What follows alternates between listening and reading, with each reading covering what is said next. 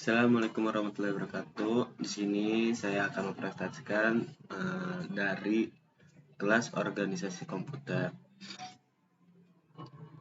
Selanjutnya, ini akan mempresentasikan sebuah fungsi siklus fetch dan eksekusi dengan dosen Sandro Alvino dan nama saya Muhammad Abdul Aziz 1933425852 dengan prodi Sistem Komputer.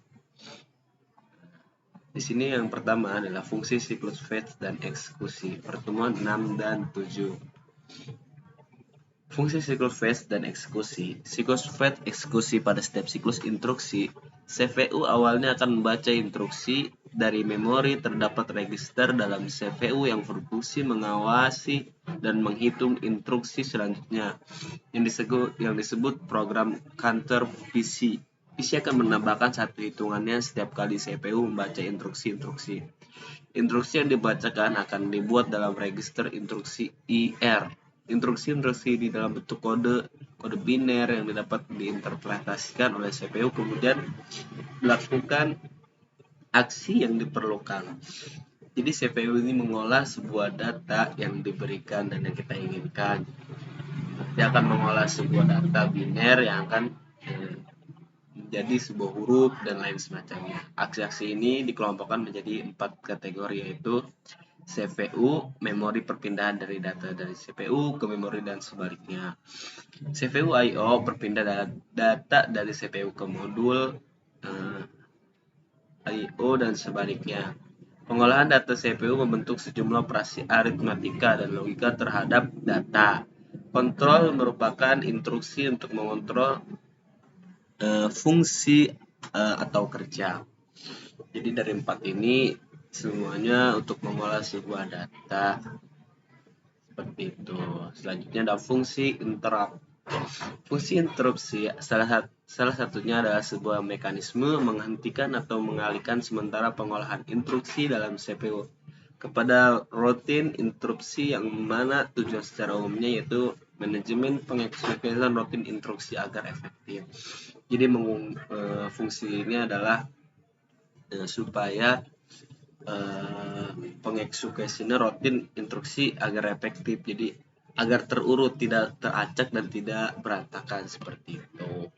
Terus ada jenis-jenis interupsi yang sering muncul pada software, misalnya adalah suatu program ingin mencetak hasil dengan printer, maka akan terjadi interupsi akan menghentikan sementara. Jadi fungsi interupsi ini untuk meng-backup seperti itu, kurang lebihnya backup hardware. Yang kedua ada hardware. Kalau pada hardware adalah terjadi karena adanya aksi pada perangkat keras, seperti pada saat kita menekan tombol keyboard atau menggerakkan mouse, maka pada kegiatan tersebut akan terjadi sebuah interupsi. Interupsi ini terbagi lagi menjadi dua, yaitu maskable interrupt, terjadi karena aksi luar, dan non maskable interrupt, terjadi karena memori atau kesalahan preview pada program. Jadi akan memberhentikan sesuatu yang salah seperti itu. Terus ada karakteristik sistem memori. Sistem memori adalah komponen-komponen elektronik yang perintah yang menunggu untuk dieksekusi oleh prosesor. Data yang diperlukan oleh instruksi perintah tersebut dan hasil-hasil dari data yang diproses informasi. Jadi dari data akan dari perintah akan diproses, setelah itu akan diinformasikan seperti itu. Ada beberapa macam karakteristik sistem memori. Yang pertama ada lokasi, yang kedua ada kapasitas, yang ketiga ada satuan transfer, yang keempat ada metode akses, dan yang kelima ada kinerja, dan yang keenam tipe fisik dan karakteristik. Yang ketujuh. Jadi ada 7 karakteristik sistem memori. Yang pertama ada lokasi. Arti lokasi beberapa memori dalam sistem komputer, CPU terutama. Memori ini built-in berada dalam CPU, microprocessor, dan diperlukan untuk semua kegiatan CPU. Memori disebut sebagai register. Register digunakan sebagai memori sementara dalam menghitung maupun pengolahan data dalam prosesor. Jadi CPU ini hal terpenting dalam suatu komputer. Seperti itu. Beda dengan laptop, tidak jauh berbeda, cuman berbentuknya berbeda. Iya, terus ada internal. Memori ini berada di luar chip prosesor, tetapi bersifat internal terhadap sistem komputer dan diperlukan oleh CPU untuk proses eksekusi atau operasi. Program ini dapat diakses secara langsung oleh prosesor tanpa modul perantara.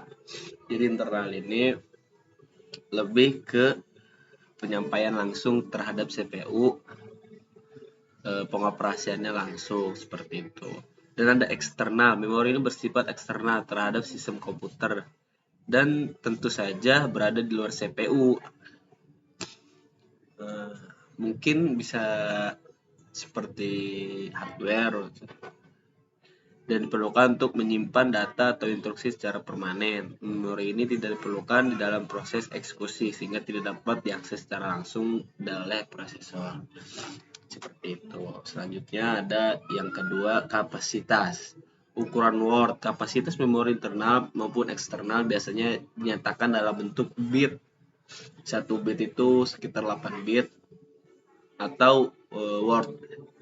Jumlah Word panjang Word umumnya 8 sampai 16 sampai 32 bit. Jadi perkalian seperti itu.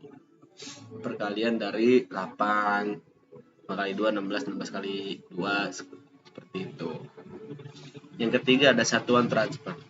Word merupakan satuan alami organisasi memori. Ukuran Word biasanya sama dengan jumlah bit yang digunakan untuk representasi bilangan dan panjang instruksi. Blok adalah jumlah bit yang dibaca untuk dimasukkan ke dalam memori pada satuan saat pada memori eksternal. Transfer data biasanya lebih besar dari suatu Word. Jadi satuan transfer itu bisa lebih besar lah karena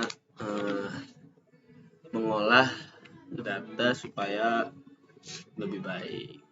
Yang keempat ada metode akses. Sequential access. Memori diorganisasikan menjadi unit-unit data yang disebut record. Akses dibuat dalam bentuk urutan linear yang dispesifikasi.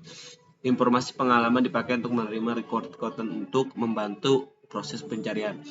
Direct access seperti sequential access. Direct access juga menggunakan share, read, dan read mekanis, tetapi setiap blok dan recording memiliki alamat yang unik berdasarkan lokasi fisik.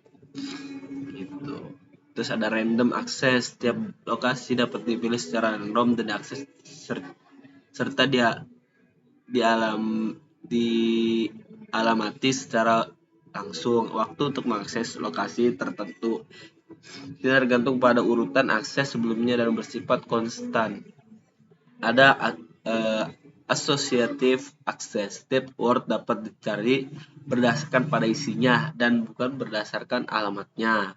Seperti pada RAM, setiap lokasi memiliki mekanisme pengalamatannya sendiri. Waktu pencariannya pun tidak tergantung secara konstan terhadap lokasi atau pada akses sebelumnya.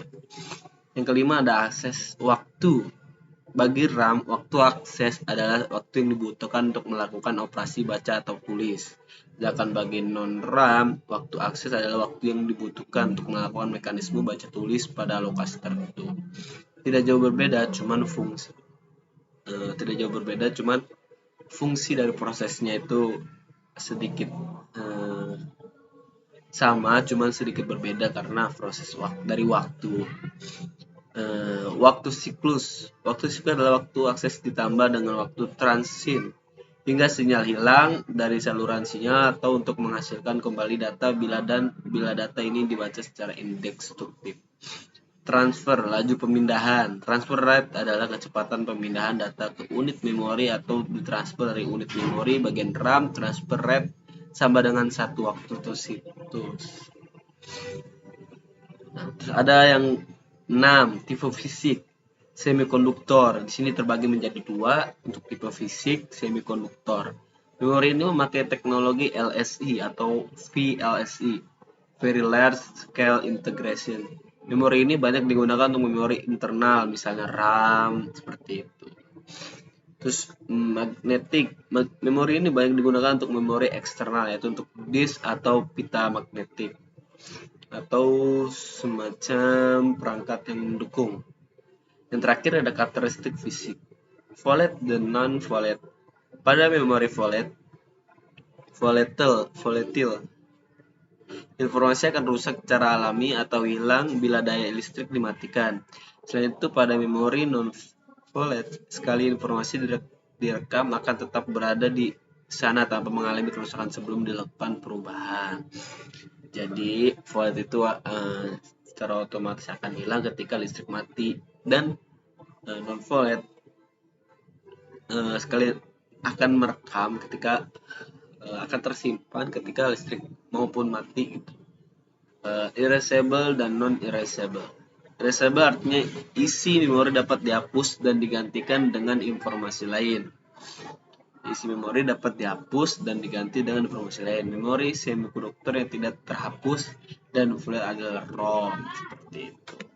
Selanjutnya ada pengertian dari RAM dan ROM. RAM merupakan memori yang berfungsi menyimpan sementara perintah dan data pada sebuah program dijalankan. Perintah dan data tersebut mencakup data yang akan dibaca dari hard disk, data-data yang dimaksud melakukan alat input komputer, dan juga data-data hasil pemrosesan sebuah program. Data pada memori ini aksesnya secara acak dapat dibaca, ditulis, dan dihapus beberapa kali. Jadi walaupun dihapus beberapa kali dan lain sebagainya, tetap akan menyimpan seperti itu. Sedangkan ROM, read only memory, adalah memori non-volatile atau perangkat keras komputer yang digunakan untuk menyimpan perintah data secara tetap, secara permanen, seperti itu. Jadi selagi komputer itu belum di-reset atau dihilangkan datanya secara permanen, dia akan terus menyimpan di situ. Itu sesuai dengan namanya, komputer hanya dapat membaca data dan perintah yang terdapat di ROM. Komputer tidak akan merubah dan data perintah yang disimpan pada ROM, seperti itu. Selanjutnya yang terakhir ada data pada memori. Data pada memori ini aksesnya secara acak dapat dibaca, ditulis, dan dihapus beberapa kali, sedangkan ROM adalah memori non-volatile atau perangkat keras komputer yang digunakan untuk menyimpan perintah dan secara tetap permanen. Terima kasih telah menonton YouTube kami, my YouTube channel. Cukup sampai di sini untuk presentasi saya. Semoga bisa membantu dan memudahkan pemahaman secara cuma-cuma. Saya tutup. Sekian, wassalamualaikum warahmatullahi wabarakatuh.